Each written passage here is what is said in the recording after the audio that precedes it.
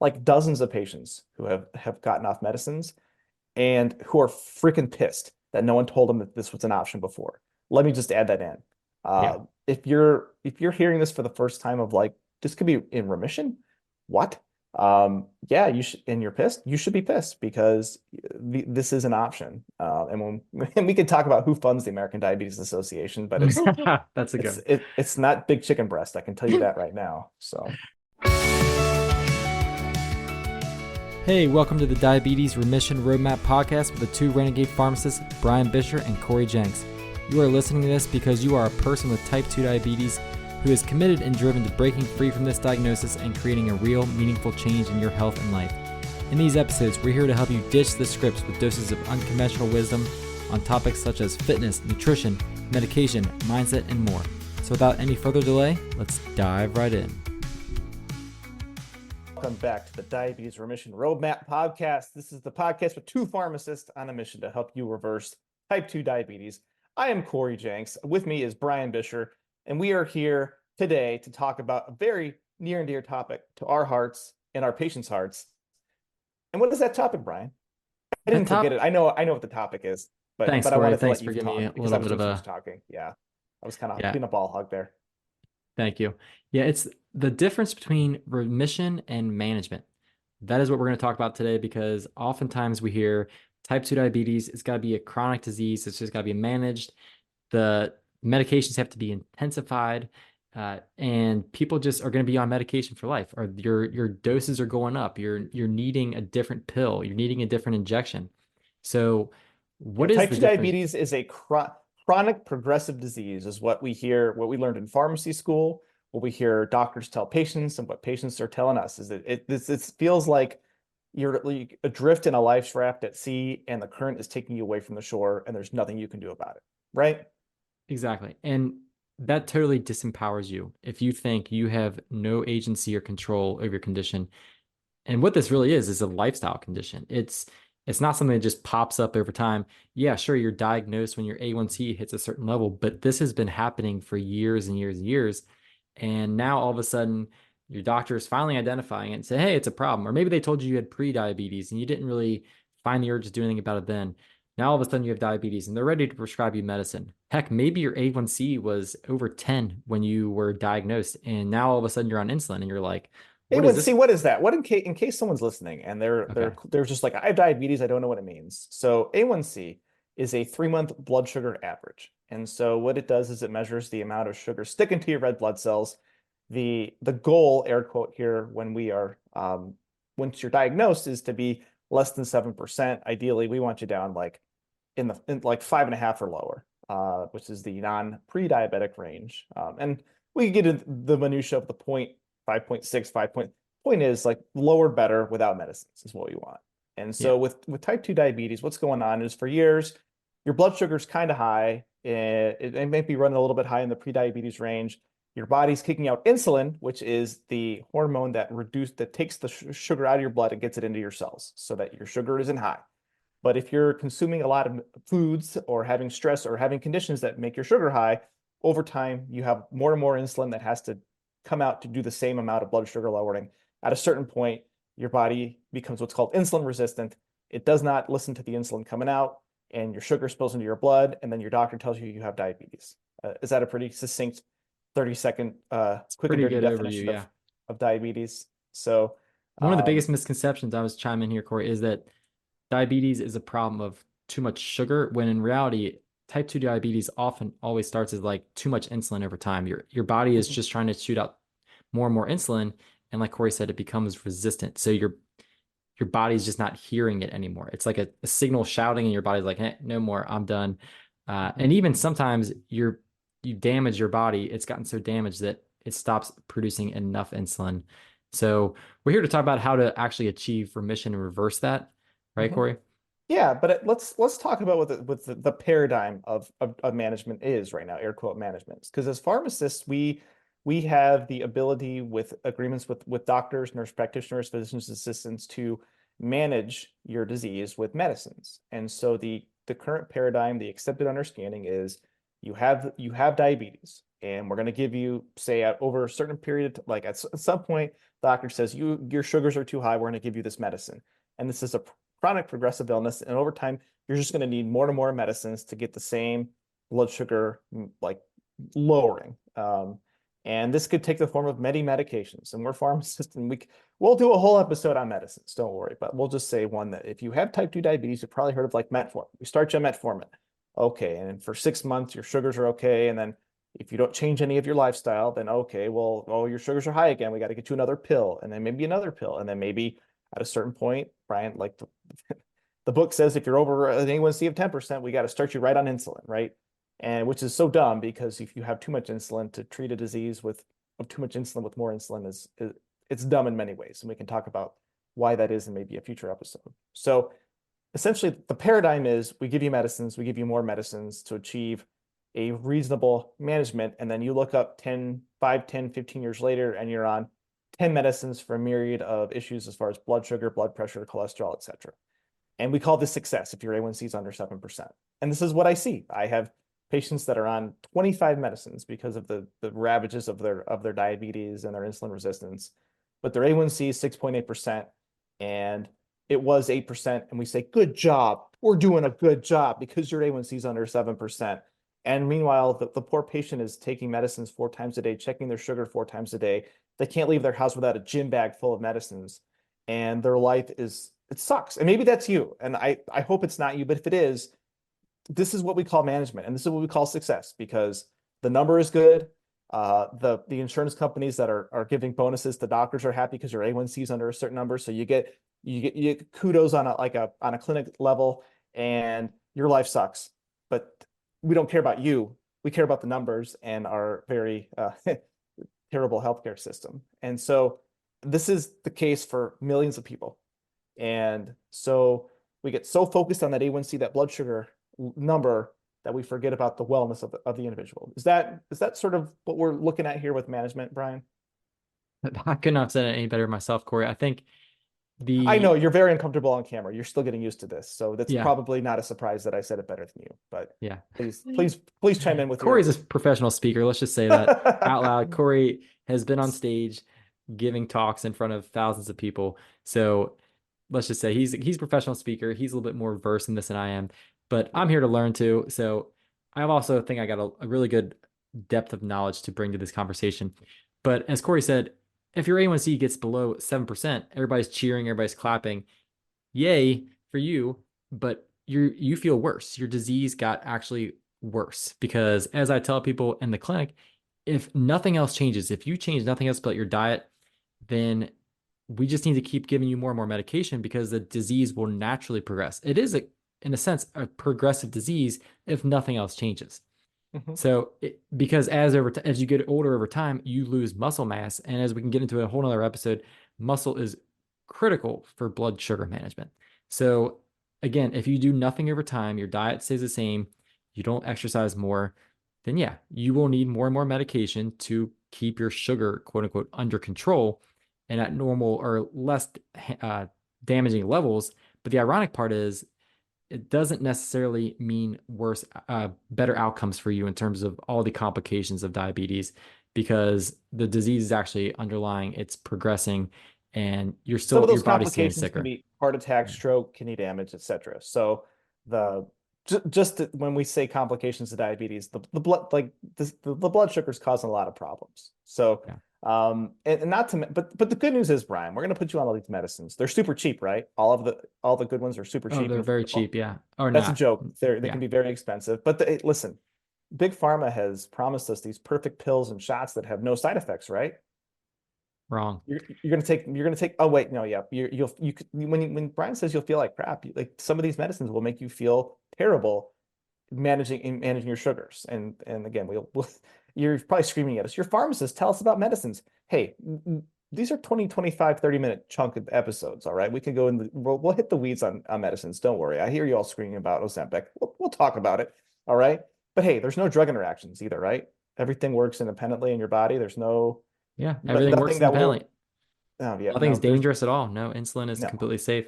Yeah. So these medicines can be dangerous weapons, and we're asking people to take them and over a lifetime. So we're talking about 70. No, if you're 75 listening and I say old, you're gonna yell at me, so I'm sorry. We'll say like I have 85-year-olds taking a bag of medicines and they have no idea what they are, what they're for.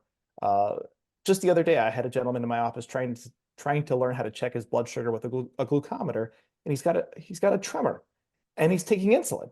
So we're trying to tell patients who have very limited dexterity and physical capabilities to take this dangerous medicine based on this blood sugar that they can't check. Okay. So, and this is management and this is success. Now, we didn't start the diabetes management podcast. We started the diabetes roadmap remission.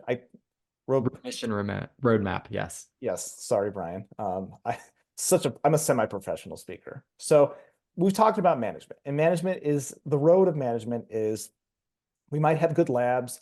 We have some medicines that do improve outcomes, so that's fine. But we're looking at expensive uh, polypharmacy, which means lots of medicines for the rest of your life. And if you don't want to change anything, that's fine. I have family members with type 2 diabetes that are like, give me the cookies and give me my glipizide. And I was like, all right, I'm okay. Like, and I have patients. That's a road you want to take. But if you want to take a remission, what does remission look like, Brian? Because this is where I'm going to lean on your not just good looks, because this be real. Like you're the eye candy of these episodes. If you're listening, I'm sorry. But let's talk about remission for patients, because this is what the hope is.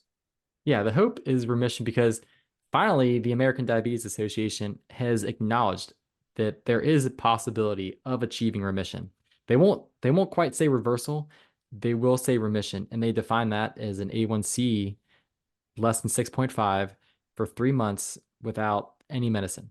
So that is quote unquote remission versus management. Now, which one sounds better to you, Cory? Taking no medicine or taking a whole slew of medicine, a whole gym bag? Oh, I thought I was the comedian. You're putting jokes on me, right? No, Yeah. I think that it depends on the person, because there are some people that don't mind a gym bag of medicines and continuing their current diet and lifestyle. And I think our next episode is going to be how we're sort of lab rats in this big experiment of terrible food and medicines. So we'll get into that. But a lot of these foods are very addicting. They're yummy. Like, I'm not going to pretend that pizza isn't yummy. And so you want to take away my pizza, my Starbucks?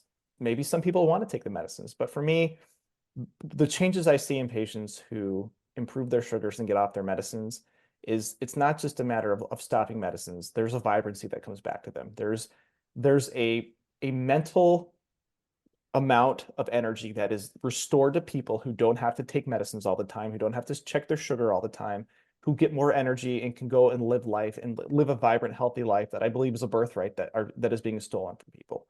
And so now to get to remission, how in the next 5 minutes will you tell us? Well, this is going to be the journey we're going to take you on with this podcast. But to be certain, the first half of my career, or the first third, I followed the guidelines. I added medicines, and I had maybe one or two patients that stopped medicines or was able to get off a significant portion.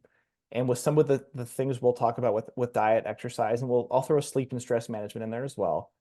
Like, between myself and then I've sort of spread the gospel to a couple of my other pharmacists, like dozens of patients who have gotten off medicines and who are freaking pissed that no one told them that this was an option before. Let me just add that in. Yeah. If you're hearing this for the first time of like, this could be in remission, what?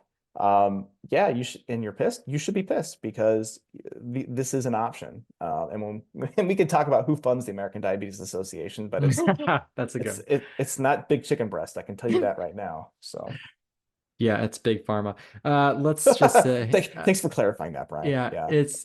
and I think what you're trying to speak about, Cory, is called freedom. Freedom from diabetes Yeah. freedom, med Mm. free, and you just feel better. And so that's the best part about this is you can go management and have your cookies and take your medicine. And remission, not to say you can't have any cookies in remission, you can definitely still have fun and eat foods. You just have to help your body, and that's what we're going to teach you to do. We're going to help you. Sorry, let me just reclarify this. Help yourself with helping your body, doing certain things and getting to the root cause of the disease, reducing your insulin levels, putting on more muscle mass, decreasing body fat and fat that's in bad places around your organ that is causing this disease to begin with. So Mhm. that's what remission is. The difference is actually addressing the root cause versus just managing the overall condition. And I think there was one thing I wanted to add, Cory, but now I've totally forgot what I was going to That's say. okay because I want to add we're near, I think we're nearing the end of this episode, right? Yeah, we're good. We're Yeah. such professional. Listen, folks, we are professional pharmacists. We are semi-professional podcasters, but we appreciate you sticking with our odd rants. But I want to leave you with a little glimmer of hope from a real patient that I've seen in my clinic over the last couple of months. This gentleman is in his late 50s, and he's had a diabetes diagnosis for a long time and never gone on medicines, but his A1C was 14%. And if Brian can quickly Google for me what that A1C of 14% equates to as an average blood sugar uh, to drive home my point. And this is a gentleman who came to me. He's like, 57 is not old. I'm 37. I'll be 38 this year. So I'm holding out hope that old is all relative. But he was like scared because his sugars had never been this high before. And going through his diet, it was a lot of like chips and sugary drinks and things of that nature, junk food. And he was like, I don't want this. And I said, well, here's the deal. With your A1C of 14, the book says you need to start insulin. He's like, that sounds terrible. I don't want to do that. It's like, I don't want to do it either. Don't worry. You came to the right pharmacist. And the only medicine that he was started on by his provider was metformin. And so many of you who, if you're listening and you've had metformin and it gave you terrible diarrhea that made you poop your pants, you'd probably be like, metformin was the worst drug ever. Fair enough. Like it is, there are issues with every medicine. But we had an extensive discussion about diet changes, cutting out like it can be very simple, like cutting out the junk food, eating more protein, more vegetables, etc. And in literally 3 weeks, did you find that blood sugar, Brian? Yeah, I was trying to. It is about 355. 355. So that's, if you're unfamiliar with sugar, that's really freaking high. So he came to me within 3 weeks, and I can increase his metformin from 500 twice a day to 1,000 twice a day, just because, like, hey man, sugars are crazy high. We need to do something. So did that. He was okay with it. His sugars are all under 115 in 3 weeks. And I can tell you, as a pharmacist, an extra 1,000 milligrams of metformin a day ain't gonna do that. And I talked to him about in the future, and it's new in the process. I want to make sure that the lifestyle changes take hold, but like in a couple months, we're going to check your A1C again. And my guess is if you keep at it with where you're at, we're going to stop this metformin. And it was like such a relief to him to have that hope kind of dangling there. So this isn't just some theory. We're not some academics. We are in the trenches practicing pharmacy. I work 2 days a week, but Brian's there 5 days a week. So I'm a slacker. I have to take care of my kids. Sorry. So, You're good. but for years I've done this every day. And this isn't just some theory.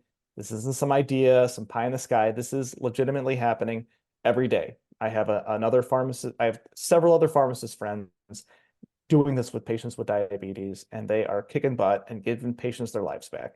And that's what we're going to try to do for you. And so if this gentleman in his late 50s can make a change, I know you can too. Brian, take us home. That's amazing, Cory. I thank you for sharing that story. And I remembered what I was going to say is oftentimes I ask people this when I'm going over diabetes again for the first time, they're like, I've had diabetes for like 10 years. What are you going to teach me that I don't already know? And then I get done explaining to the whole process to them, and they're like, wow, this is the first time anyone has ever explained it to me like that. And I'm like, has your doctor ever told you that it's possible to really like reverse this? And they say no. So the message is just not out there. You may have heard stories of people getting off medicine, but for some reason, it's still not really in the medical system where it's openly talked about that you can get off medicine, you can do this the lifestyle way. And obviously, it's very simple, right? Reduce carbs, you help your body out with strength training, exercise, but doesn't mean it's easy. And that's why we're here. And that's why honestly, remission management is easier than remission. Mhm. It's just easier for the doctors, it's easier for everybody. They just say, hey, let's just do a pill because like I said before, they're not really trained to go through the lifestyle, the management, to actually talk about habit change. And I want to just drive that home. We're going to talk about how you actually change your habits, how you change your eating, and how you make this sustainable so that it can be a lifetime achievement, not just something short term. So I want to drive that home and also share that I had a similar story with a patient who came in with an A1C of 15, and he too did not Oh, want to one be on. upper over here, Brian. Yeah, 14 yeah. to 15. He Okay, didn't want thanks to a be lot. on insulin either. So I was like, listen, man, this is how you do it. And he followed my advice. And next thing I know, he had his A1C rechecked in 6 months and it was 5. So I was like, this is incredible, man. You should be proud of yourself. And he too was in his 50s. And he honestly he even had some psychological conditions being on medication that would increase your risk of diabetes. So if he can do it, you can too. So that's how I'm going to drive this home with some hope. A dose of hope goes a long Yeah. way. So stick with Yeah. us and check out the next episode. All right. Thank you, Brian. And remember, the remission of diabetes is possible. It is not easy. And we're here to help give you those tools. And as we continue to put out episodes, we'll explore more of the world of diabetes, more of the tools. And if you have any specific topics that you're like, guys, in 2 episodes, you haven't covered everything I want to know. Listen, we are pharmacists of the people to help you get what you want. So if there's something you want to hear, you let us know. And I know Brian will put all of our contact info in the show notes, and we'll take your questions off. We'll take them off the air. This is not a live show, unless you want to get up at 5 a.m. in Tucson, Arizona with me. In which case, let's go for a walk. That'd be fun. So until next time, Brian, it's great seeing your smiling face. Thanks for bringing the eye candy for everyone. I'll try to be less ugly next time, but we'll give you some pretty information. All right. Take care, everybody. Thanks, Cory. Be healthy. See ya.